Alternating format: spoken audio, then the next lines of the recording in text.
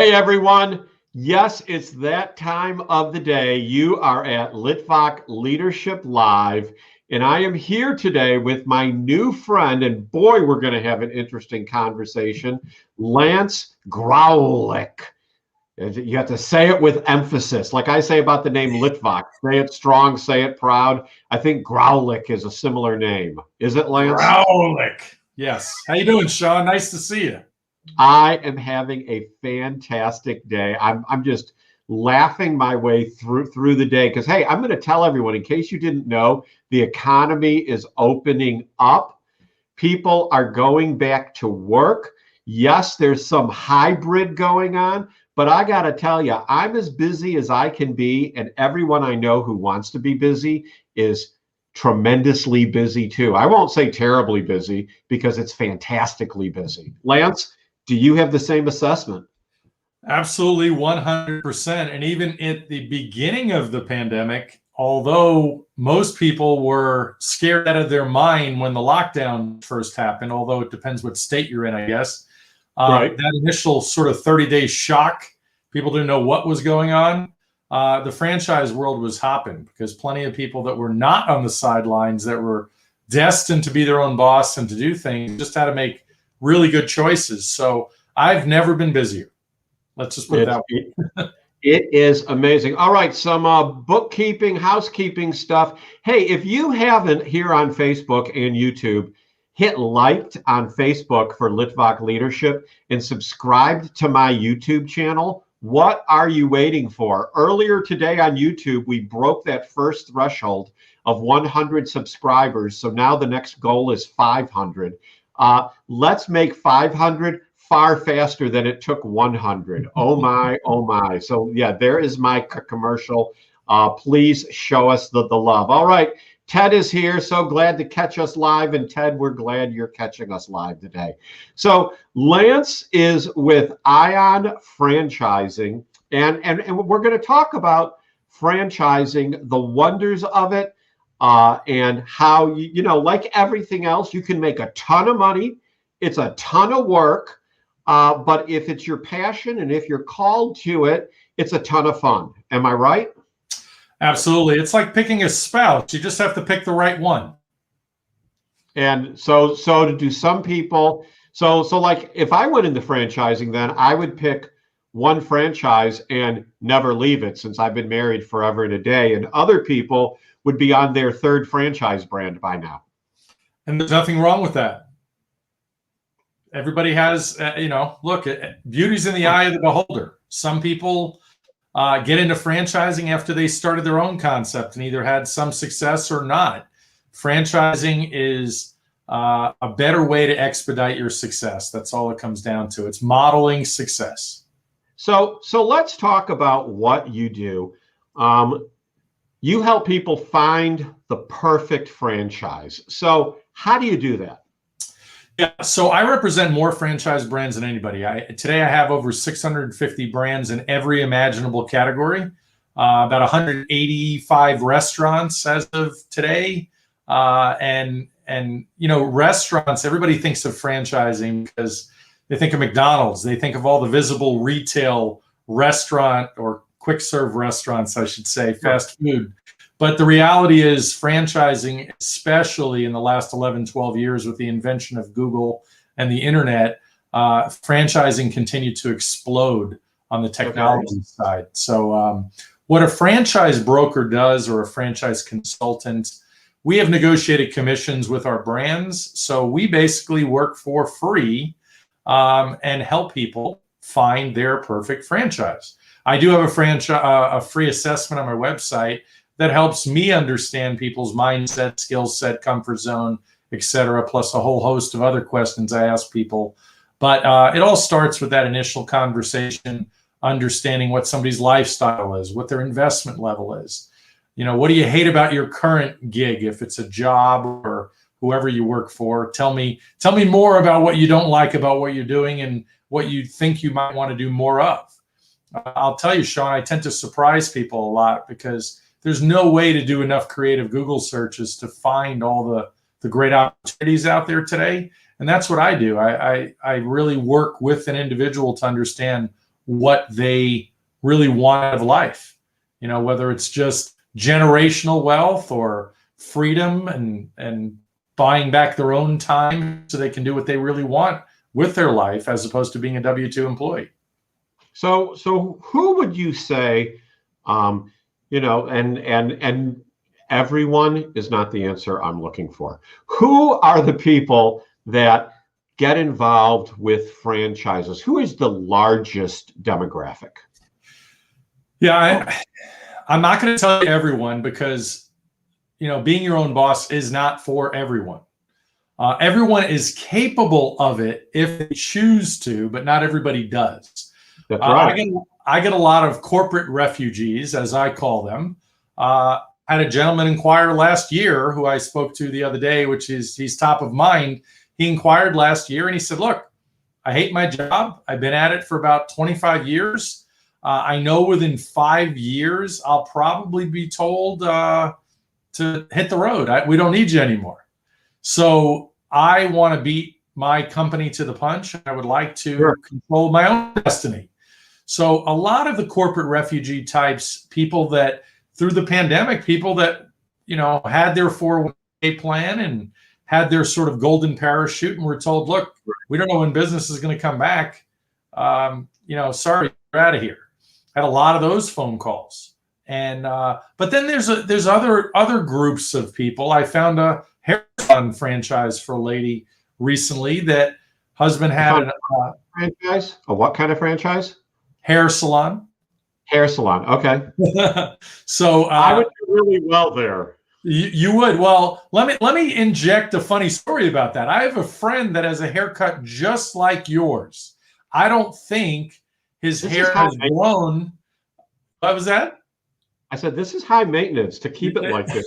You know, it does sprout somewhat, but to keep it down, this is high maintenance. Well, he has a haircut like yours, whether it's high maintenance or not. He was looking at franchise opportunities, and he ended up with an incredible hair salon franchise. He now has 20 locations, makes a lot of money, but he never, ever, when he heard the initial thought, I should be in the hair salon business, he thought, anybody, it wasn't me, it was a different franchise consultant. I only knew him after the fact. And he said, I thought the guy was nuts. Why would he bring that to me? And that's the beauty of working with a franchise consultant, because it did check all his boxes. It fit his investment level. It fit the appropriate ROI he was looking for. You know, it's certainly a pandemic-proof business, although we sort of saw what happened with lockdowns for the first time, I think, in our lifetime, that maybe it isn't so pandemic-proof at the moment, but that's purely temporary. So, okay, let's talk about some of the, you know, A, B's, and C's of franchising. So investment level, what is the range? What's the bottom? What's the top? What do you get at the bottom? What do you get at the top? And the interesting thing is I have quite a few franchises under $100,000 and that are you can be quite successful with. And all you really need is a 25% down payment, and there is potential for you to get an SBA loan or other financing. You could even use your 401k money. So to answer your question, you know, if somebody has at least $20,000 liquid, some other money hiding somewhere, other working capital, not much, all the way up to millions of dollars. I have a gentleman right now that's sitting on about $4 million and is looking for opportunities that I'm looking for him. So when you look at these opportunities, obviously McDonald's is near the top, right? And what's one where you need a $20,000 investment? Well, I'll give you a perfect example. Schoolie Mitchell. Schoolie Mitchell is a B2B. They call themselves the vendor watchdogs. They help small to medium-sized businesses reduce their expenses with telecom, credit card processing, waste, et cetera. It's $62,000 or so, you know, to get into, which, you know, anybody, if they put their mind to it, can save enough money to get involved with Schoolie Mitchell. They actually have some franchisees, Sean, that actually net over $1 million a year from their house. Pretty incredible. Not everybody's going to do that, But, what's wrong with making a couple $100,000 a year if you work really hard and follow their system appropriately? There is work involved. Some people are a little scared of work. So when you take and it's funny you say that, because you and I were talking, and before we started here live, and my whole thing was about franchising is, I've had people reporting to me over the years. Frankly, the idea of having employees just kind of turns my stomach. I like the idea of doing something that I don't have to deal with. Love dealing with the public, don't want to deal with a staff. So you have take the free assessment and determine which brands are suitable for you. So what brands are suitable for someone that doesn't want employees? Well, and it's funny, I mentioned Schoolie Mitchell. Schoolie Mitchell's a perfect franchise for someone that wants no employees. You can make yourself an unlimited amount of money. I mean, I would imagine if you get to the 500, 600,000 a year range by yourself, you're going to want some staff to help you. And some of their large franchisees have certainly added an office. They grew out of their home office. But you hit it on the head. If somebody is looking at opportunities, we have franchises. We also have business opportunities, dealer models. We have tons of brands that'll check any box that anybody can imagine thinking about. I have people come to me and say, I don't want to work nights or weekends. I do want employees, but I've had a bad experience with employees, like you just mentioned. So I'll do employees, but they have to be 1099 employees. I mean, everybody's got a thing that they throw out as to what they want and what they don't want. So like home healthcare, for example, or home care, huge growing business. Every day another 10,000 or so people turn 65, and people want to stay in their homes. I have, I think, 29 home care franchises. This is a segment mostly owned by private equity groups because they go where the money is. And this segment will grow straight up for the next 35 years. Nobody has a doubt in mind. And it's needed. So it's a business that a lot of people want to jump into. And, in some cases, they're W-2 employees that you have. In some other cases, they're 1099 employees. There's all different facets of that, but it's a hot business and it's not terribly expensive to get into. It's a pretty low cost investment. I know someone that this individual, she works for a recruiting firm that they recruit nothing but nurses and home health care individuals that they then place in facilities as 1099 employees. Yep. And their niche of business is far more in the brick and mortar, but I could see where someone could partner with them and do home health care, where they end up running all the, finding all the people, and then it's up to the franchisee to find the customers. Have you heard of relationships like that? Absolutely. There is a lot of cross utilization and crossover within brands and, support services and resources. And, medical in general, medical and wellness. I have a lot of IV infusion brands, but medical is very hot. And you just mentioned medical staffing. I have plenty of medical staffing or staffing companies in general, depending on what area of the country you're in. You can focus on, healthcare. You can focus on IT. You can focus on, the things that you think are important in your area. That's the beauty of franchising too. It's very localized. Somewhere there's some misconceptions of you have to be a millionaire to own a franchise, which is false. And other people talk about how, franchising is big business. And while it's big to the gross domestic product, it's very localized, and franchisees are just small business owners that are in their local neighborhood. So when people are franchising, let's talk about something that's like a service, whether it's home health care or some other type of service. Do you see where there's franchises where an individual may live somewhere that is a beautiful locale where it never gets cold, and then they have business pockets all over the country where they have staff or 1099ers doing the work? Is that possible in franchising? Well, there are definitely possibilities within that scenario, but in most cases, you're going to have a territory that'll be, 50,000 households, depending on what the industry is, so 200 or 300,000 households, and they're going to want you pretty local. Now, the beauty of it is through search engine optimization, lead generation happens all the time while we're all sleeping, and that's the beauty of technology these days. But nevertheless, you're still going to get a territory that is in your local area. Now, brands like Schoolie Mitchell, just go back to that, you will get an initial territory. However, if you have a relationship across the country with a business, you are allowed to, as long as they're not locked in with someone else in the CRM, the customer relationship management system, they can be your customer. They can be your customer. So some brands give you flexibility based on your network. Remember, your network is your net worth.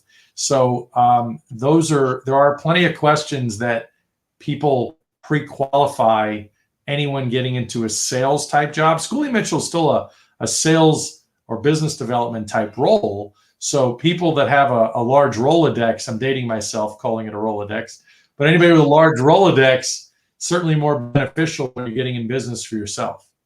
Sure. Or you have an incredibly large Google contacts list. Absolutely. that you got. So tell me about what is top-down versus bottom-up franchising. Well, I think if you're referring to on the, the top-down, bottom-up, foundationally, a franchise has a foundation already in place. Okay. This is a system that's already had some semblance of success. When you get into the franchise process with me, you're going to go through an initial phone call with me where we're going to understand exactly what you want and what you don't want. And there's not going to be any emotion attached to it, Sean. It's more like, as I mentioned earlier, what's your lifestyle like? What's your investment like? Investment level like? Are you going to be the owner operator? Are you going to be an absentee owner, semi-absentee, executive level? What is it that Sean wants? So from the bottom-up approach, we're really going to lay the foundation for finding you brands that you're going to be successful with, period. A lot of brands that you never even thought would match you or your skills. A lot of people get involved in the franchise process and expect something sexy. I know business shouldn't necessarily be called sexy, but I hear it all the time. And, people think restaurants are sexy. Well, restaurants, while I've been very successful in the restaurant segment, it's a crazy business. There's more ways to lose money than make money, especially when you don't know what you're doing. So we get in the trenches and we start the process by doing introductions. Here's Sean, here's 4 amazing brands that all fit you. You're not going to love all of them. Rank them. Which do you like best? 1, 2, 3, etc. We start doing brand introductions. Along the lines, you get introduced to the corporate team. Eventually, you get to the validation stage. The validation stage is when you get to talk to existing franchisees. And Sean gets to see himself as a franchisee of Great Clips or Schoolie Mitchell or Fast Signs or McDonald's or not. And you're like, culturally, I don't know if I fit. I don't think this feels right. But it's like you try it on. Does it fit? Does it feel good? It's a long process, like dating.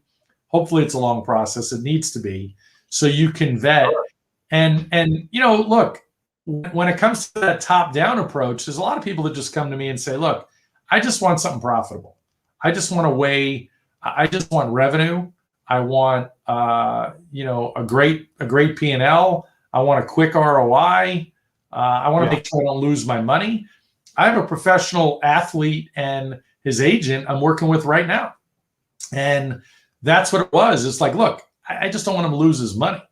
It's like, well, that's not a problem. Well, and saying that you want revenue, that's great. But, as someone that's been in the business community for a long time, you can't spend revenue. You spend profit. You spend margin. Yep. No, and that's where the validation really comes in. And there are a lot of brands I have with very strong validation. And what that really means is when you, Sean, are investigating franchises, whether it's, something about the commercial cleaning or cleaning business I know. Well, commercial cleaning franchises are incredibly hot. They were hot before the pandemic, and they're still hot now. Now that people are panicked about making sure that things are clean. But I have commercial cleaning brands that, look, I know one in particular that's in my head. Their average territory, master territory, does 2.8 million in revenue. And there's very strong validation that worst case, you'll net 10%, but people will net more than that. Well, that's your validation on a light investment. Even if you're investing $225,000, if you can net $280,000 a year, now there's a ramp up period. You're not going to just make 280 necessarily the first year. Any business is going to take a little bit of time to ramp up. Of course. So when you look at people with the free assessment, what kinds of things are you looking for? Let's say someone comes in and they've got the cash, they've got the work ethic, but you look at them and they've got zero leadership experience at all. Yeah. What do you do? Well, what I look for, if that is an issue or they need, I made a reference to a gentleman, Mike is his name, that I found a franchise for well over a year ago, who was one of those corporate refugees. He had phenomenal leadership skills. The brand he ended up with is not, it was more of an emerging brand at the time, meaning they didn't have that many years of experience. It wasn't like Great Clips with thousands of locations or McDonald's that's completely dialed in. So, someone with lighter leadership skills needs to have more support than someone like Mike. Mike will figure it out. He's that guy. So to answer your question, I need to make sure that he's going to get the appropriate support from a phenomenal leadership team with a great training program and great assets and just overall support. So that is a consideration. So when you're looking and assessing someone, I've got a friend who is very successful in pizza liners. He sells pizza liners to pizza pie shops, and he's very much a leader, a social media guru. He's got a few nickels to rub together, or so it appears. He's got all these profound leadership ideas. Based on that, what would you tell him to do? Well, he sounds like a great candidate overall. What I like to find out is get to the root, even past the assessment. The assessment is one tool I use, but understanding, what are people looking to achieve that they're not finding now? Some people come to me, Sean, have been so successful that they need to do something else with their money. I talk to people that are real estate investors. They already have a whole bunch of rental properties, and their stock portfolio has done well for years, waiting for that other shoe to drop on that, so to speak, and what those trends might be in the future of Wall Street. And just have an extra couple $100,000. Maybe they have a team in place that is running another business, and they're looking at opportunities to spend their money and make a sizable return. So I get people literally all walks of life. They could have saved their money for 20 years, and other people, had one great transaction in the last 6 months, and they have investment capital to do something with it. So I look at the person as a whole. Do they have a spouse? What is their goal? I had a gentleman the other day just tell me he wants to build generational wealth for his kids. Yeah. Nothing wrong with any of them.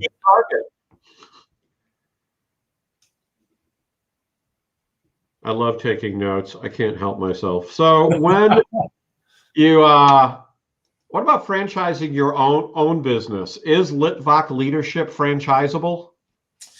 Well, we'd have to have a longer conversation to determine that, but that is the other large piece of my business, is taking independent businesses and setting them up to franchise. And in that first sort of discovery call, I spend 1 hour or more, typically an hour in the first call, going through, really what is so proprietary, what is so wonderful about what Sean has created, that the world needs it.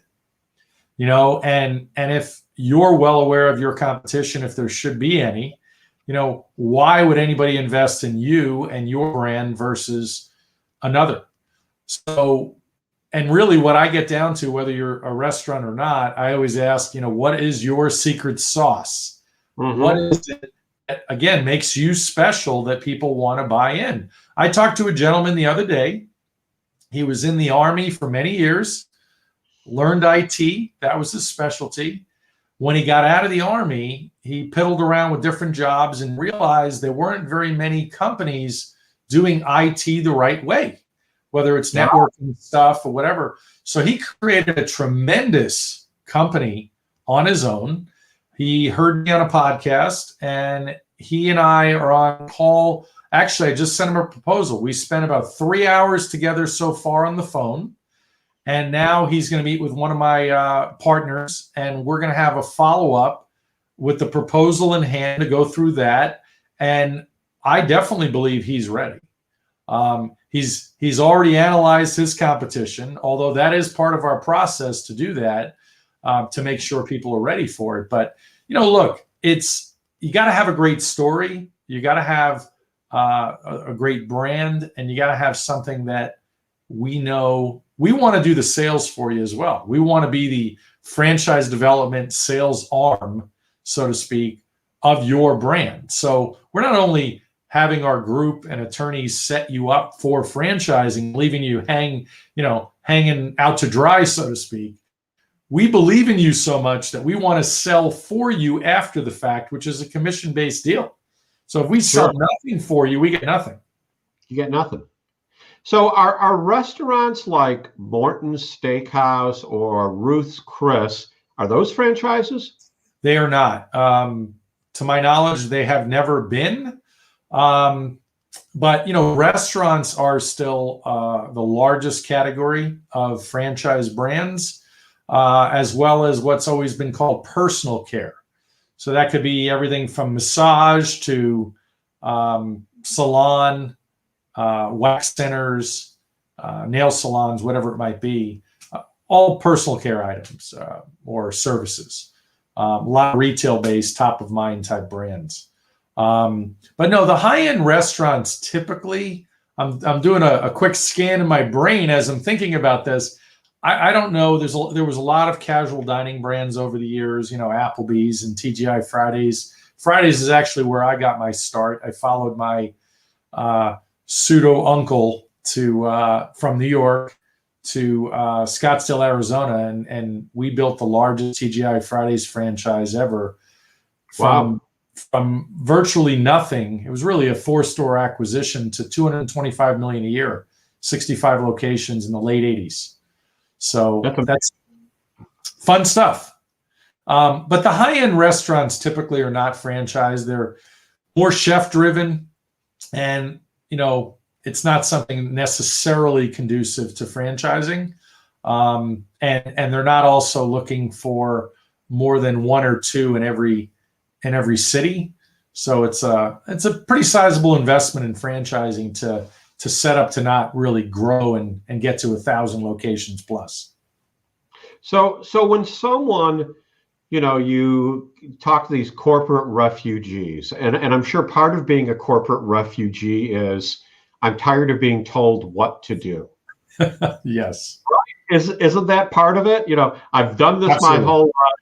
I've led people. I've made this company a ton of money. I'm tired of being told what to do. Don't people still have that kind of issue somewhat in franchising? Because, it says super cuts. It doesn't say Sean cuts. No, in fact, in some instances, it's much, much better. It just depends on the personality of the individual, because, to your point, what those corporate folks get really upset about over time is maybe they didn't get their bonus they expected. Maybe they didn't get the raise they expected. They're pretty well maxed out, and they're, for the most part, told when to work and how much to work, or, if they've always put in 60 hours a week, they're going to continue to put in 60 hours a week. And, the old expression, you're better off working 80 hours a week for yourself, so you don't have to work, for anyone else, period. So I think what it comes down to really is it's a personality match, because there are so many franchisees that I know and I've seen over the years that, and again, it depends on the brand. You know, Schoolie Mitchell, I'll just use that as the baseline example. It's a very low cost investment. You should be able to get your money back in 8 months. And I have another franchise. They'll tell you you'll get your franchise fee back in 120 days. The average franchisee gets their initial investment back in 120 days. So when you select the right brand for you, and I'm only going to give you the right options for you, you get to finalize which is going to be best for you and your family and all that. You know, the sky is truly the limit. There are franchisees with Schoolie Mitchell that probably only make $150,000 a year. Well, there's a lot of people that want to make $150,000 a year based on where they are right now. Maybe there are people only making 100, you know, working way too much for a boss they don't like. So, you know, remember the grass is always greener scenario. You know, with franchising, the grass can be much, much greener. Depends who you are and what you want. But the sky is the limit on income. It really is. Indeed. Lance, this has been an eye-opening conversation.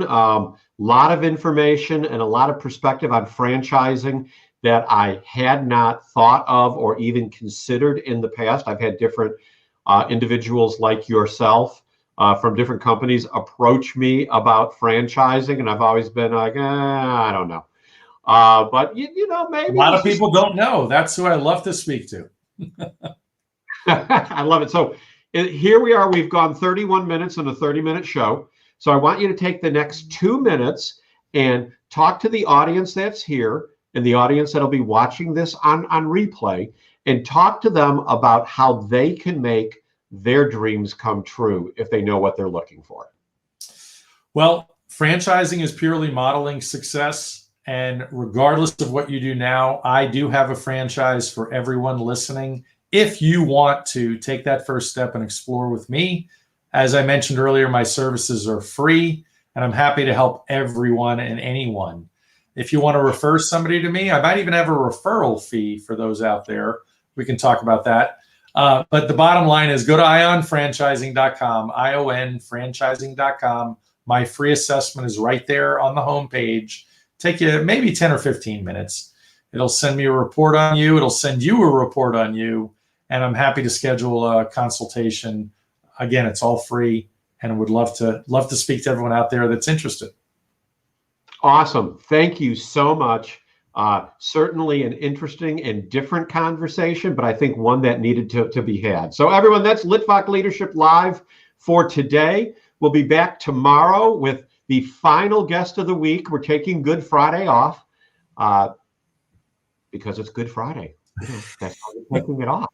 I don't think Good idea. But anyways, we'll be back tomorrow with another guest about another topic, but it's still going to be about leadership. You have a blessed day now.